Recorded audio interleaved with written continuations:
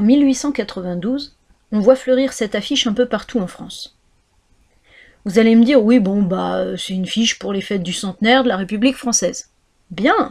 Sauf que si on réfléchit bien, nous, on fête le 14 juillet, on a fêté le bicentenaire de la Révolution française en 1989, mais on n'a pas fêté le bicentenaire de la République française en 1992. Alors, qu'est-ce que cette affiche a de particulier? Eh bien justement, c'est que c'est l'anniversaire de la République française, et pas de la Révolution française. On est en 1892, très précisément 100 ans après la proclamation de la Première République. Et en 1892, on en est déjà à la Troisième République. Sauf que cette Troisième République, elle est toute jeune, elle n'est même pas encore majeure, elle a à peine 17 ans. La République, c'est cette femme. Pour une centenaire, elle est plutôt jeune, non? C'est qu'en fait, centenaire, c'est un bien grand mot, ça ne fait même pas 100 ans que la France vit en République, loin de là. En gros, depuis 1792, la France a dû être une République pendant 36 ans seulement, ce qui correspond à peu près à son âge finalement. Il faut bien se souvenir que depuis 100 ans, la France a connu 7 régimes politiques différents. En plus, quand on regarde bien, on se rend compte qu'à chaque fois, les républiques sont nées de moments assez violents, que ce soit la Révolution, des insurrections, la guerre de 70, etc. Donc elle est attachée à une image de violence et de désordre, et le but de la Troisième République, c'est vraiment de faire changer cette image, pour que le souhait de vivre en République s'impose à tous les Français comme une évidence. Et oui, s'imposer c'est compliqué. Si on retournait 100 ans en arrière pour comprendre comment la République s'est construite. D'abord, 1792, quelle est la situation de la France à ce moment précis? Eh ben, c'est pas la joie. Louis XVI vient d'être condamné à mort.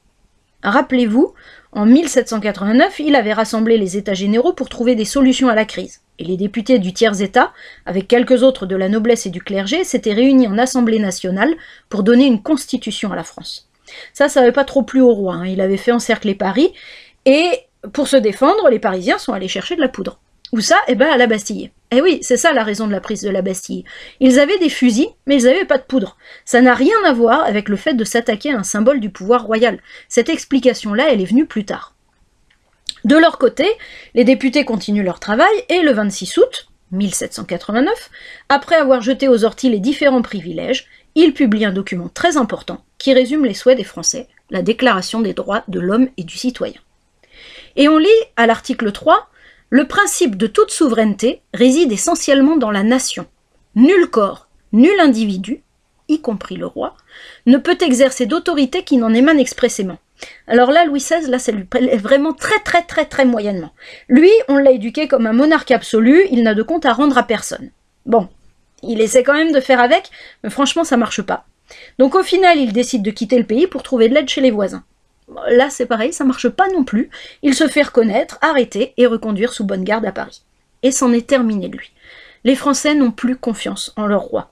Et en août 1792, la monarchie est finie et le jugement dit le roi est condamné à mort. Et là, on se retrouve confronté à 3 problèmes. Le premier, c'est que les rois voisins ont la trouille que ça leur arrive aussi si l'épidémie révolutionnaire s'étend en Europe. Donc, ils déclarent la guerre à la France. Et alors là, on a tout le monde sur le dos, hein. Les Anglais, les Prussiens, les Autrichiens, les Espagnols, les Sardes, etc. Enfin bref. Le deuxième problème, c'est qu'en France, il y a des régions, à l'ouest de la France, du côté Vendée, Poitou, etc., qui sont restées fidèles au roi. Et donc, ils combattent les soldats révolutionnaires, qu'on appelle les Bleus. Et donc, on a une guerre civile. Et le troisième problème, c'est que la mort du roi n'a été votée qu'à une petite majorité. Pour les révolutionnaires purs et durs, la révolution est en danger si elle ne réussit pas à convaincre plus que ça de la nécessité d'éliminer physiquement le roi pour bien montrer que la monarchie est terminée. Alors dans les rangs révolutionnaires, c'est la guerre aussi. Les plus radicaux, sous l'égide de Robespierre, font le ménage. Les Girondins, qui sont des modérés, ils en font les frais et ils passent à la guillotine. Réjouissant comme programme, non? Terreur, guerre civile, guerre aux frontières... Faut des hommes! La patrie est en danger! D'autant que les voisins font pas de cadeaux, hein, on risque d'être envahis. Et puis le 20 septembre 1792, enfin, victoire inespérée des Français à Valmy. Alors là, c'est l'euphorie. Nous, les petits volontaires issus du peuple, nous avons mis la pâtée aux grandes armées des despotes plus ou moins éclairés. On est tellement heureux qu'on décide de fêter ça en créant une forme de gouvernement par le peuple qu'on n'a pas vu depuis 50 avant Jésus-Christ à peu près, à l'époque où Astérix résistait encore et toujours à l'envahisseur romain, la République. Eh oui, ça y est, c'est elle est née. D'où les symboles des faisceaux, ces fagots de baguettes que les licteurs, c'est comme ça qu'ils s'appelaient, portaient en précédant les sénateurs pour bien montrer l'importance du citoyen. Ah oui, y a pas non plus de monsieur, madame, c'est terminé, hein. On est tous des citoyens, tous unis devant l'adversité. Un état d'esprit qui nous permet de remporter plusieurs victoires et surtout de commencer à inverser le cours des choses. En 1794, on trouve que ça commence à bien faire de guillotiner comme ça, à tour de bras, pour n'importe quoi, enfin bref. Et comme pour la monarchie, on décide de mettre fin à la terreur de manière radicale. Robespierre est arrêté et guillotiné à son tour. Alors, comment faire fonctionner la République? On décide de mettre à la tête du gouvernement 5 directeurs qui partagent le pouvoir. Pas très efficace. En plus, pendant le directoire, le fossé se creuse entre les gens que la Révolution a enrichis et les autres. Les incroyables et les merveilleuses étalent même indécemment leur richesse. Et puis les guerres de Vendée continuent. La situation n'est pas franchement bonne, en France en tout cas. Parce qu'à l'extérieur, on va de victoire en victoire, et on gagne du terrain. Campagne d'Italie, pont d'Arcole, campagne d'Égypte, bataille des pyramides, le jeune général Napoléon Bonaparte commence à se faire un nom et une renommée. Au point que certains directeurs, dont son propre frère, pensent qu'il pourrait remettre un peu d'ordre en France.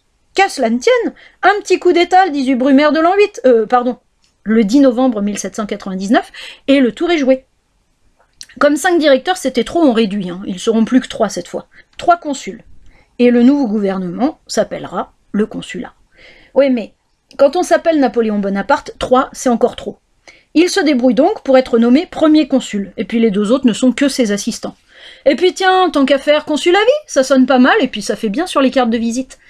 Bon, mais un titre, ça fait pas tout, faut se mettre au boulot. Et alors là, le premier consul ne chôme pas du tout. Fin des guerres de Vendée, création de la Banque de France et des lycées, paix avec l'Autriche et l'Angleterre, concordat avec le pape, ça c'est un accord entre l'Église et la France, et surtout, il se met à la rédaction d'un grand code de loi, le Code Napoléon, l'ancêtre de notre code civil. Oui, code Napoléon le Grand, parce que, après avoir bien bossé, Napo estime qu'il mérite une récompense. Alors ni une ni deux, il se couronne empereur des Français. Et il invite même le pape pour l'occasion. Et oui, Napoléon Ier, c'est pas n'importe qui, et il tient à le faire savoir. Il se considère à l'égal des grands empereurs romains, Auguste, Titus, Constantin, Trajan, etc. Donc on y va, profusion de couronnes de laurier, de copies de statues, d'arcs de triomphe, et même, à la manière de Trajan, une colonne souvenir des campagnes glorieuses de l'empereur. Inutile de préciser que la République est morte et enterrée. Mais un empire, surtout quand on veut le faire encore plus grand que l'Empire romain, c'est pas facile à contrôler. Et ce qui devait arriver arriva. Les presque copains d'hier se coalisent, ça veut dire qu'ils s'allient les uns avec les autres, et à Waterloo, Napo et le reste de la grande armée se prennent une raclée monumentale, à cause en partie de la météo déplorable. Du coup, les Alliés en profitent pour l'exiler loin, dans l'Atlantique Sud à Sainte-Hélène. Pendant ce temps-là, ils en profitent pour jouer les touristes à Paris, et ils imposent le retour d'un roi. Louis XVIII, le petit frère de Louis XVI.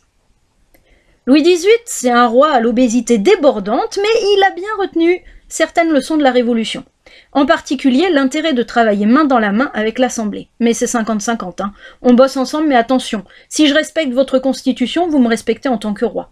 Cette monarchie constitutionnelle, qui s'appelle la Charte de 1814, fonctionne plutôt très bien. Mais en 1823, Louis XVIII meurt.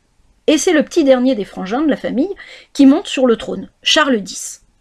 Alors autant Louis XVIII avait fait preuve d'intelligence dans cette restauration, autant Charles X accumule les bourdes. Il a rien compris aux 30 dernières années, mais alors vraiment rien. La preuve, il se fait représenter comme les rois de l'Ancien Régime, couronne, sceptre, main de justice, enfin tout y est. Et puis les libertés, il n'est pas tellement pour non plus. Surtout la liberté de la presse qui ne se gêne pas pour le critiquer. Alors il censure les journaux, et puis il décide aussi qu'il va régner par ordonnance, comme ça, il contourne l'Assemblée. Mais ça, c'est comme s'il venait de scier la branche sur laquelle il est assis.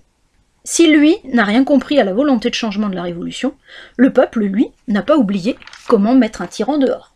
Du 27 au 29 juillet 1830, les Parisiens élèvent des barricades et se battent dans les rues de Paris jusque devant l'hôtel de ville. C'est ce qu'on appellera les Trois Glorieuses.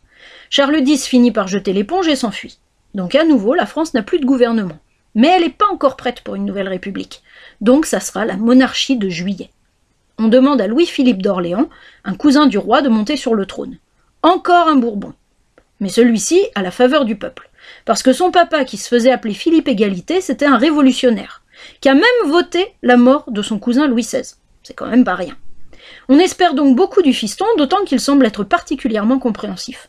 Entre autres, il rétablit la liberté de la presse, qui ne le gâte pourtant pas, et il impose le drapeau tricolore bleu-blanc-rouge, qui est un souvenir de la République. Mais son règne est marqué par une crise économique qui accentue encore le fossé entre la grande bourgeoisie industrielle et commerciale et le monde des ouvriers, des employés, des journaliers. Et donc, face au mécontentement grandissant, la politique libérale de Louis-Philippe, elle se durcit un peu. Les libertés s'amenuisent, et évidemment, la révolte éclate. Ça devait arriver. Là aussi, en 3 jours, le problème est réglé. Se pose là encore la question du nouveau gouvernement. Comme ni l'Empire ni la monarchie n'ont fonctionné, on fait renaître de ses cendres une petite oubliée, la République. Et en attendant les élections qui auront lieu en décembre, le gouvernement provisoire prend quelques décisions. D'abord, puisque tous les hommes naissent libres et égaux, on abolit l'esclavage. C'est-à-dire qu'on y met définitivement fin. Parce que la Révolution avait aussi décidé ça à un moment. Mais les propriétaires des Antilles et puis d'Amérique, eux, ils avaient cru une grosse blague. Donc en fait, il s'était rien passé. Et puis, face au problème du chômage, on décide aussi de créer des ateliers nationaux qui vont servir, entre autres, à mener à bien tous les grands travaux publics. Mais ça cogite aussi dans la tête du gouvernement provisoire parce que rassembler autant d'ouvriers comme ça, est-ce que c'est pas leur offrir sur un plat une possibilité de se regrouper autour d'idées dangereuses du style c'est nous qui travaillons, c'est pas normal que le patron s'enrichisse sur notre dos. Ah ouais, bien pensé, ouais. Bon, on ferme les ateliers municipaux, voilà. Oui, au bout de 3 mois, ouais. Vous imaginez la réaction des ouvriers. Alors on trouve une autre solution. Pour que chacun puisse s'exprimer librement, on va remplacer le suffrage censitaire, où seuls ceux qui étaient assez riches pouvaient voter, par le suffrage universel. T'es riche ou pas, tu sais lire ou pas, tu aimes les brocolis ou pas, peu importe. Tu peux exprimer tes idées, non pas dans la rue avec un fusil, mais dans l'urne avec un papier. Ah oui, mais non, toi t'es une fille, t'as pas le droit de voter. Ah, t'as tout juste le droit de représenter la République dans le manège des candidats à la présidence. Ouais, ça c'est possible. Celui qui se détache des autres, il s'appelle Louis-Napoléon Bonaparte. Ah oui, c'est un neveu de l'empereur. Ça aide pour se faire connaître. Résultat, chose étrange, c'est lui qui est élu pour 4 ans. Et il doit travailler de concert avec l'Assemblée nationale, qui, elle aussi, a été élue par le peuple. Donc Louis-Napoléon prête serment. Je respecterai la Constitution et la République, etc. Enfin bon, ça c'est ce qu'il dit en 1848. Mais 3 ans plus tard, il est presque en fin de mandat, il se dit que quand même, ça serait chouette de pouvoir continuer un petit peu. Ouais, sauf qu'il n'en a pas le droit. Alors il propose une nouvelle constitution. Et puis, par un senatus consulte, c'est un genre de référendum, il obtient, avec une large majorité, la possibilité de continuer à gouverner. Mais on est dans la famille Bonaparte, donc bon sang ne saurait mentir. Si tonton a réussi, pourquoi ça marcherait pas aussi pour moi? Hop, du coup, coup d'état, et je deviens empereur. Et ceux à qui ça plaît pas, oust, ou en prison. La liberté d'expression, c'est dangereux. Et c'est ainsi que Victor Hugo, à qui on doit les grandes fresques historiques que sont les romans Notre-Dame de Paris et Les Misérables, mais aussi un pamphlet intitulé Napoléon le Petit, s'exile de lui-même et pour 20 ans dans les îles anglo-normandes de Jersey et de Guernesey au large de la Manche. Ma foi, même si la Seconde République est morte à 4 ans à peine, on la pleure pas trop. Et le Second Empire est marqué par un bouillonnement de techniques, d'innovations. Le développement industriel permet de réaliser à Paris 2 grandes expos universelles, vitrines du savoir-faire industriel et de la puissance économique et coloniale de la France. Napoléon III est soucieux du bien-être des Français aussi, et de surtout que ça fasse fonctionner l'économie. Et donc, ces ingénieurs cherchent à améliorer les terres pour les rendre fertiles. C'est ainsi que les marécages insalubres des Dombes ou de Sologne, peuplés de moustiques, sont asséchés pour laisser place à la forêt et à des réseaux d'étangs. Oui, à défaut de culture, on peut au moins y chasser et y pêcher. Et puis à Paris, la ville est chamboulée. C'est les grands travaux, comme la construction de l'Opéra Garnier, le métro, les grands boulevards, qui changent la physionomie de la ville. Alors, quelle drôle d'idée de faire la guerre à la Prusse en 1870. Drôle d'idée et mauvaise idée. Après la désastreuse bataille de Sedan, Napoléon III est fait prisonnier. Et il abdique du même coup. Les républicains de l'époque profitent aussitôt de l'occasion pour proclamer la Troisième République. Eh oui, mais c'est pas aussi simple que ça. La guerre est pas terminée et Paris est assiégé. Un siège terrible, dans un hiver terrible où on crève de faim pendant que les Prussiens font acclamer Guillaume Ier, empereur d'Allemagne, dans la galerie des glaces du château de Versailles. Adolphe Thiers, qui est à la tête du gouvernement provisoire, voudrait récupérer les canons de Montmartre. Mais les Parisiens veulent rien entendre. Si on les prive de canons, comment est-ce qu'ils vont se défendre? Donc le gouvernement essaie quand même de se mettre à l'abri et part à Versailles pour ça. Et le problème, c'est que la guerre est perdue. Et les vainqueurs défilent dans Paris. Alors là, c'est la goutte d'eau qui fait déborder le vase. Usés par le siège, abandonnés par le gouvernement, humiliés par l'ennemi, les Parisiens proclament la Commune de Paris. Les Versaillais, eux, ils l'entendent pas de cette oreille. Et encore une fois, Paris est le théâtre de combats sanglants entre Français, de barricades hérissées de canons et jonchées de cadavres, d'exactions des deux côtés, exécutions sommaires, otages fusillés, bref, jusqu'en mai 1871, c'est l'horreur. La dernière semaine, qu'on baptisera Semaine sanglante, voit les derniers communards pourchassés. On vérifie même que leurs mains ne portent pas de traces de poudre. On en fusille, on en arrête, on les déporte, etc. Quand le calme revient, le gouvernement n'est toujours pas fixé. Chacun, monarchiste, républicain, impérialiste, etc., tente de tirer la couverture à soi. Mais rien n'est vraiment établi, jusqu'au jour où, au détour d'un amendement, c'était un texte qui permet de modifier un peu une loi, un mot va faire bouger les choses. On discute à ce moment-là de la durée du mandat du chef de l'exécutif. Et le député Vallon propose de noter que le président de la République est élu pour 7 ans. Comme tout le monde est d'accord sur la durée, l'amendement est voté. Du coup, ça officialise la République, parce que ça y est, le mot « République » est écrit noir sur blanc. La Troisième République est donc officiellement proclamée en 1875, et les élections qui suivent confirment le mouvement. Les républicains sont désormais majoritaires dans les bancs de l'Assemblée. Cette République balbutiante depuis 1871 a tenu le coup, malgré la guerre, malgré la Commune. C'est une grande première quand même. À chaque fête nationale, les rues sont pavoisées. Et puis 1892 arrive, anniversaire de la victoire de Valmy et anniversaire de la naissance de la République. 100 ans, faut absolument fêter ça et marquer le coup. D'où cette affiche. Elle met en avant les bienfaits de la paix retrouvée grâce à l'instauration de la République. Le paysage agricole paisible est traversé par un pont, chef-d'œuvre d'ingénierie, sur lequel passe un train.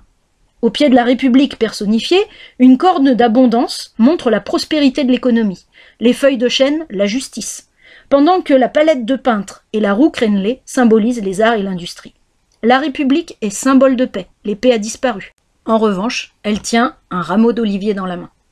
Autre symbole, d'abord Marianne, la République personnifiée par une femme, coiffée de son bonnet phrygien, qui était le signe de l'esclave affranchi à l'époque romaine. Marianne qui personnifie tellement la République française qu'elle est même devenue la représentation de la France. Dans les timbres, dans les dessins d'humour et de presse, dans le logo du gouvernement, jusque dans les grandes rencontres sportives. Et puis le drapeau aussi, avec ses 3 couleurs bleu, blanc, rouge, le drapeau des volontaires de 1792, et qui a été choisi comme emblème de la France par Louis-Philippe, même sous la monarchie de Juillet. Par contre, dans l'affiche n'apparaissent pas d'autres symboles qui nous semblent à nous évidents 150 ans plus tard. C'est que depuis 1870, on a presque toujours vécu sous la République. D'abord, notre hymne, la Marseillaise, composée pour les volontaires de l'armée du Rhin par Rouget de Lille en 1792. Eh oui, encore et toujours 1792. La Marseillaise avec ses paroles guerrières, parce qu'il fallait bien, à l'époque, défendre la République contre ses ennemis qui la menaçaient de toutes parts. Imaginez la fierté des soldats de Valmy, enfin victorieux, qui chantent cet hymne comme un défi pour les prochaines batailles, et vous comprendrez mieux les paroles. Et puis notre devise aussi, qu'on voit sur les façades de mairie. Les 2 premiers mots reprennent ceux de l'article 1er de la Déclaration des droits de l'homme et du citoyen, liberté, égalité. Quant au 3e, fraternité, il officialise le vœu de vivre comme des frères aussi unis. Ce qui n'est pas toujours le cas dans une fratrie, loin de là, mais bon bref. C'est pour ça que chaque mot dépend étroitement des 2 autres. Et enfin, comme je l'ai dit au début, notre fête nationale, donc qui n'est pas l'anniversaire de la République, ni celle de la prise de la Bastille, mais celle du 14 juillet 1790, ou la fête de la Fédération, organisée par Lafayette, et à laquelle assistait Louis XVI, avait pour but de fêter l'unité des Français. Donc si on résume, comme symbole, on a le drapeau, bleu, blanc, rouge, Marianne, coiffée du bonnet phrygien, la Marseillaise, notre hymne national, la devise de la France, liberté, égalité, fraternité, et la fête nationale, qui a lieu le 14 juillet. Et puis, bon, il y a encore le petit coq gaulois quand même, parce que finalement, on a dû garder un petit esprit Astérix, qui résiste encore et toujours à l'envahisseur.